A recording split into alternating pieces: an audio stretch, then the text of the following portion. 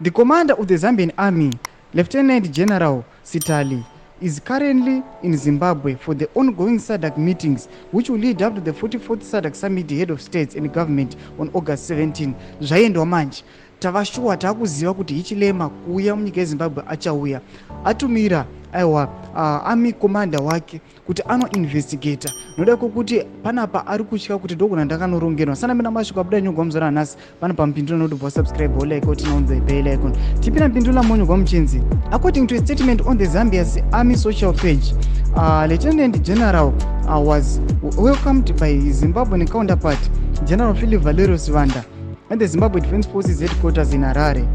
Relations between Zambia and Zimbabwe have reportedly cooled since President Hakainde Hichilema took office in 2021, as he is believed to be sympathetic to the Zimbabwean opposition.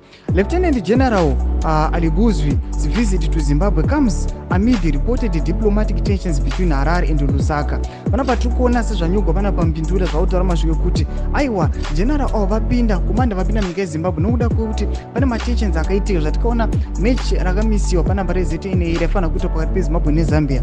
Nhau yakanotaurwa kuRussia nemutungamiri wenyika yeZimbabwe Mnangagwa nemaministers akataura mashoko emasecurity threats vachituka panapa vachitaura kuti aiwa Hichilema isecurity threat munyika yeZimbabwe. Tobva taona kuti Hichilema but aiwa zvinganetsi ndikati ndatumira komanda wangu agara apinda munyika yeZimbabwe. Tudze mafungiro enyu muri kudii pamusoro pechitiko chakadai chiri very tragic.